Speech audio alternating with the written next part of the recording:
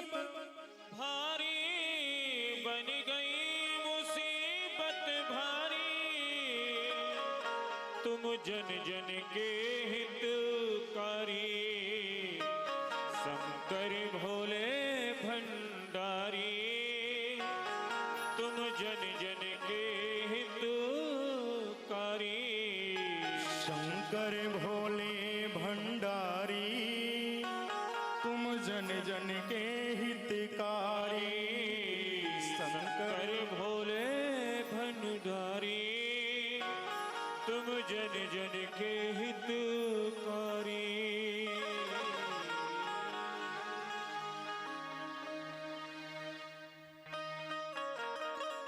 आज हम सभी लोग बहुत सौभाग्यशाली हैं। कारण जब महापुरुषों का आगमन और इस ज्ञान गंगा के मध्य में हो जाए तो समझ लो उसका फल आज हमें मिल गया। और ये कुटिया भी आज ये पवित्र हो गई। महाराज जी, अभी कुटिया पवित्र नहीं थी, ये आपके चरण पड़े, आपके चरण पड़ते ही आज ये कुटिया पवित्र हो गई। मैं पूज्य चरणों में, मैं गुरुदेव के चरणों में कोटि कोटि वंदन और प्रणाम करता हूं। इस दास का निवेदन प्रार्थना मैंने किया गुरुदेव के चरणों में, तो गुरुदेव ने स्वीकार किया। लेकिन गुरुदेव बहुत बिजी हैं, बहुत व्यस्त हैं। शायद 9:30 बजे से और 1:30 बजे तक कथा चलती है। और आज पूज्य महाराज श्री जी के शिष्य हैं स्वामी श्री दीनबंधु जी महाराज, उनकी भी कथा, स्वामी जी की भी कथा आज प्रारंभ हो गई है। और उसके बाद में रासलीला भी होती है। तो पूरा दिन स्वामी जी की हरि चर्चा में ही। आज बड़ी कृपा किया दास के ऊपर, आज इस कुटिया में पधारे और कुटिया आज धन्य किया। ये सवरी की कुटिया है गुरुदेव, लेकिन आज आपके चरण पड़े, आज इस कुटिया को धन्य किया आपने। मैं बहुत आज गदगद हूँ, आनंदित हूँ और बहुत ही मन में प्रसन्नता, हृदय में प्रसन्नता और खुशी है। आज पूज्य श्री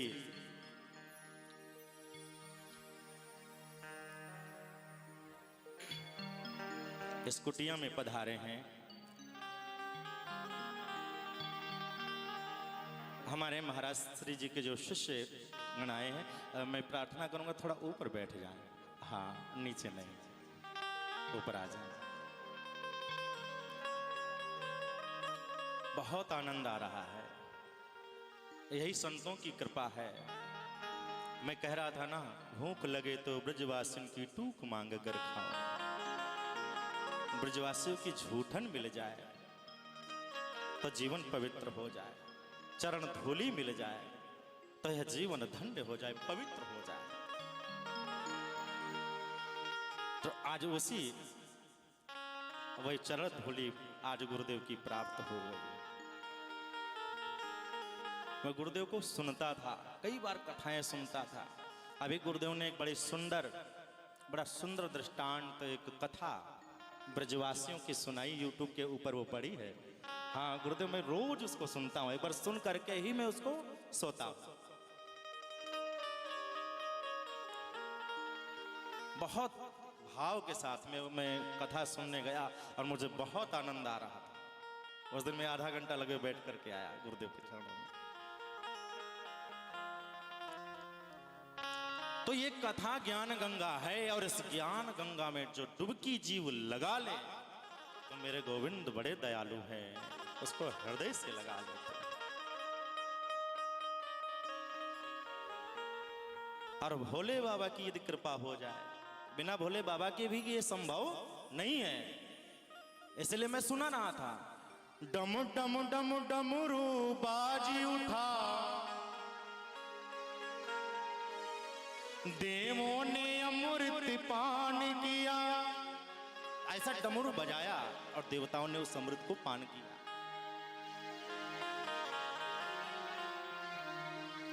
लेकिन अमृत वो तभी मिलेगा जब चरण रज प्राप्त हो जाएगी। श्री धाम वृंदावन में बैठ करके ये कथा का आनंद यह आनंद आपको कहीं नहीं मिलेगा जो आनंद श्री धाम वृंदावन में मिल रहा है। इसी अभी मैं आपको बता रहा था, एक बार अयोध्या जाओ,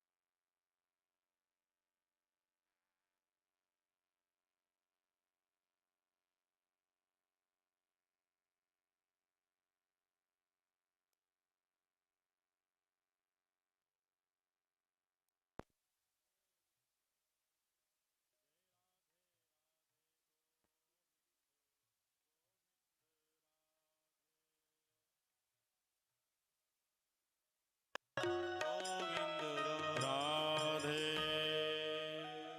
बोलो वृंदावन बिहारी लाल की जय। पूज्य सदगुरुदेव भगवान की जय। मैं आज पूज्य गुरुदेव के चरणों में निवेदन करता हूँ कि पूज्य गुरुदेव भगवान हम सभी लोगों को अपना आशीर्वचन प्रदान करें।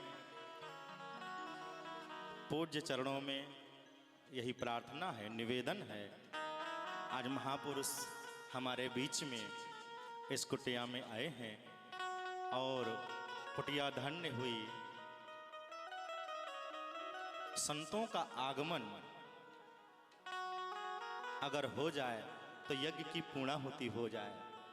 तो ऐसे महापुरुष, ऐसे पूज्य गुरुदेव हमारे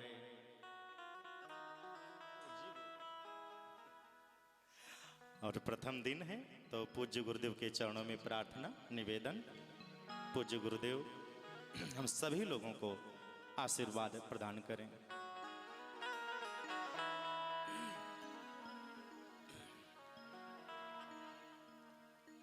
कृष्णाय वासुदेवाय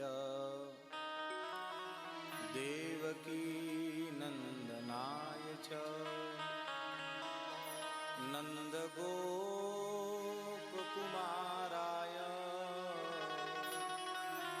गोविंदाय नमो नमः। नमस्तस्मै भगवते वासुदेवाय साक्षिणे य इदं कृपया कस्मै व्याचचक्षे मुमुक्षवे। योगीन्द्राय नमस्तस्मै शुकाय ब्रह्मरूपिणे संसार सर्पदष्टं यो विष्णुरात्ममुमुचत्। श्री कृष्ण गोविंद हरे मुरारे हे नाथ नारायण वासुदेव। कृष्ण गोविंद हरे मुरारे हे नाथ नारायण वासुदेव। श्री कृष्ण गोविंद हरे मुरारे नाथ नारायण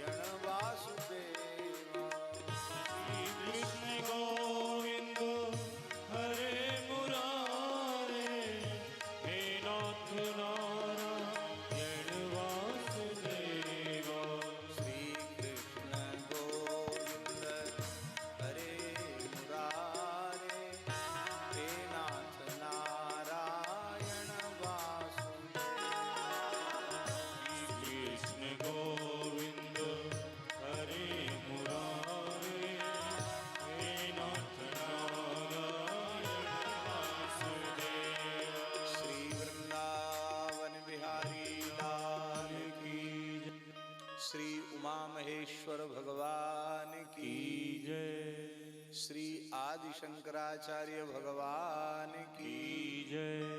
श्री नैमिषारण्य महातीर्थ की जय। श्री भूतनाथ महादेव की जय। श्री ललितांबा की जय। परम पूज्य प्रातस्मरणीय ब्रह्मलीन श्री स्वामी नारदानंद सरस्वती जी महाराज की जय। परम पूज्य ब्रह्मलीन दंडी स्वामी श्री स्वामी श्यामानंद सरस्वती जी महाराज की जय। व्यासपीठ पर विराजमान पूज्य भागवत भूषण श्रद्धे श्री विमल चैतन्य ब्रह्मचारी जी महाराज की जय। श्रीमद् भागवत महापुराण की जय। सब विप्रन की जय। सब संतन की जय। जय जय श्री राधे जय जय श्री सीताराम हर हर महादेव। हरिशरणम। भगवान के वांग्मय विग्रह श्रीमद् भागवत जी को साष्टांग प्रणाम करते हुए, व्यास नारायण को साष्टांग प्रणाम करते हुए, भगवान उमा महेश्वर को पूरे परिकर सहित प्रणाम करते हुए, इस पूरी पवित्र परंपरा का वंदन करते हुए हम कुछ एक वाक्य कहकर के ही अनुमति चाहेंगे। आज लगभग 2 बज गया था, आज पूर्णा होती थी, फिर पंगत वगैरह होकर के 4 बजे से कथा उनकी शुरू हो गई थी, तो हमको यहाँ आने में थोड़ा विलम्ब हुआ।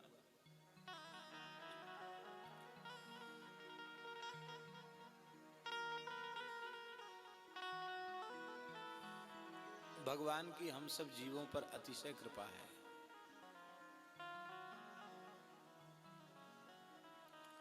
वे अपने गुणगान का अवसर हम सबको प्रदान कर रहे हैं।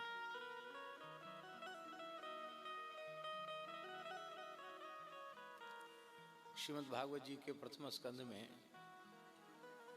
एक बहुत सुंदर श्लोक है, हम सबके लिए बहुत उपादेय है। आयुर्हरति वै पुंसां उद्यन्नस्तं चयन्नसौ तस्यर्ते यत्क्षणो नीता उत्तम श्लोक वार्तया वै पुंसां आयुर्हरति को आयुर्हरति। निश्चित ही मनुष्यों की आयु का हरण किया जा रहा है। किसके द्वारा? भगवान सूर्य नारायण के द्वारा।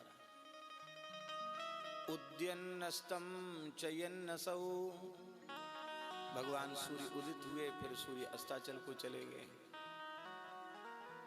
इसी को शंकराचार्य भगवान ने कहा, दिनमपि रजनी सायं प्रातः शिशिर वसंतौ पुनरायातः कालः क्रीडति गच्छत्यायु तदर्पमुञ्चत्याशा वायुः भज गोविंदम गोविंदम भज मूढ़मते।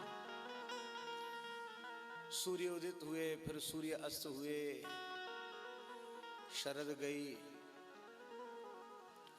हेमंत आई, हेमंत ऋतु गई,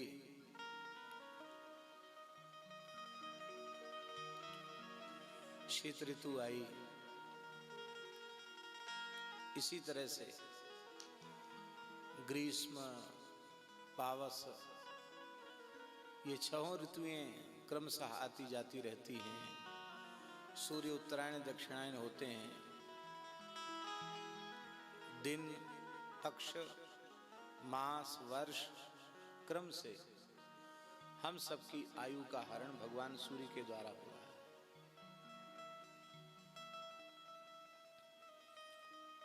हम यदि 25 वर्ष के हो गए तो ये हर्ष की बात नहीं है,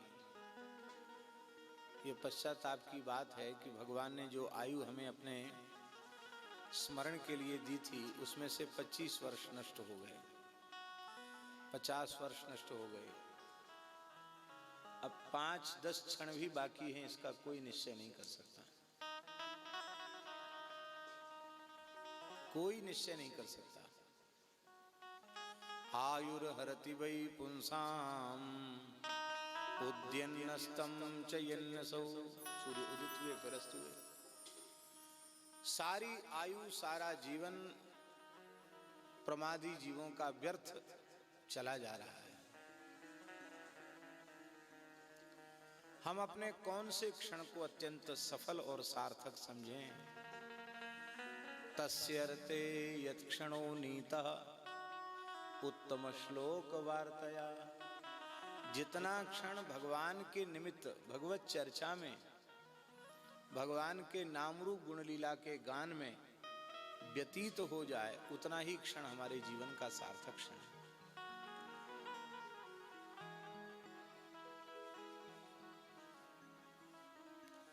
उत्तम श्लोक दोनों हैं, भगवान भी उत्तम श्लोक हैं, भगवान के भक्त भी उत्तम श्लोक हैं।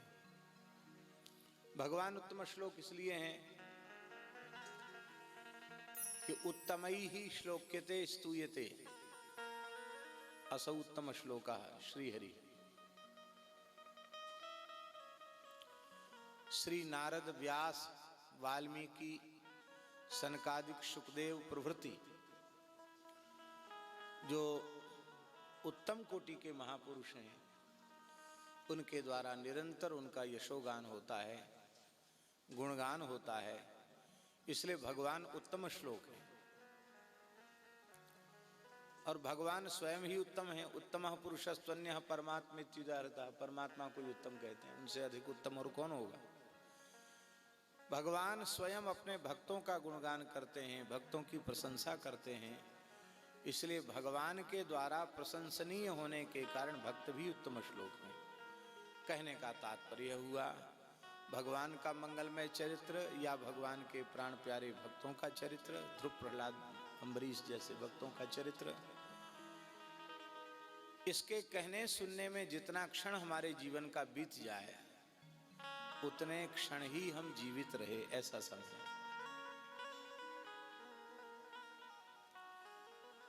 एक राजा मृगयार्थ जंगल में गया। एक खंडहर जैसी जगह थी, थोड़ी देर वहां विश्राम के, एक बावड़ी थी, तो वहां एक ईंट पर लिखा था व्यासी महाराज, यहां हम 2 घड़ी जिए।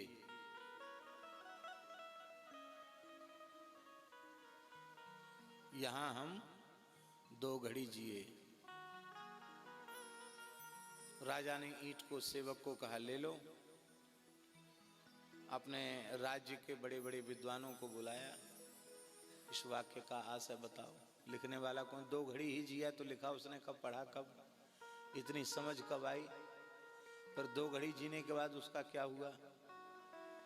कि लिखने वाला कौन है, इसका अर्थ क्या है? किसी ने नहीं बताया। राजा रुष्ट हो गया, बोले सबकी वृत्ति छीन ली जाएगी, जो भी जमीन जायदाद दे रखी है, मठ मंदिर दे, सब छीन लिया जाएगा। एक वाक्य का अर्थ नहीं लगा सकते। ब्राह्मण बेचारे बोले कि ठीक है महाराज, थोड़ा समय दीजिए, गंभीर प्रश्न है। बोले ठीक है, कल सूर्योदय तक खोज लो तुम उसका समाधान। तो ब्राह्मण बैठे थे बेचारे, पंचायत कर रहे थे क्या करें।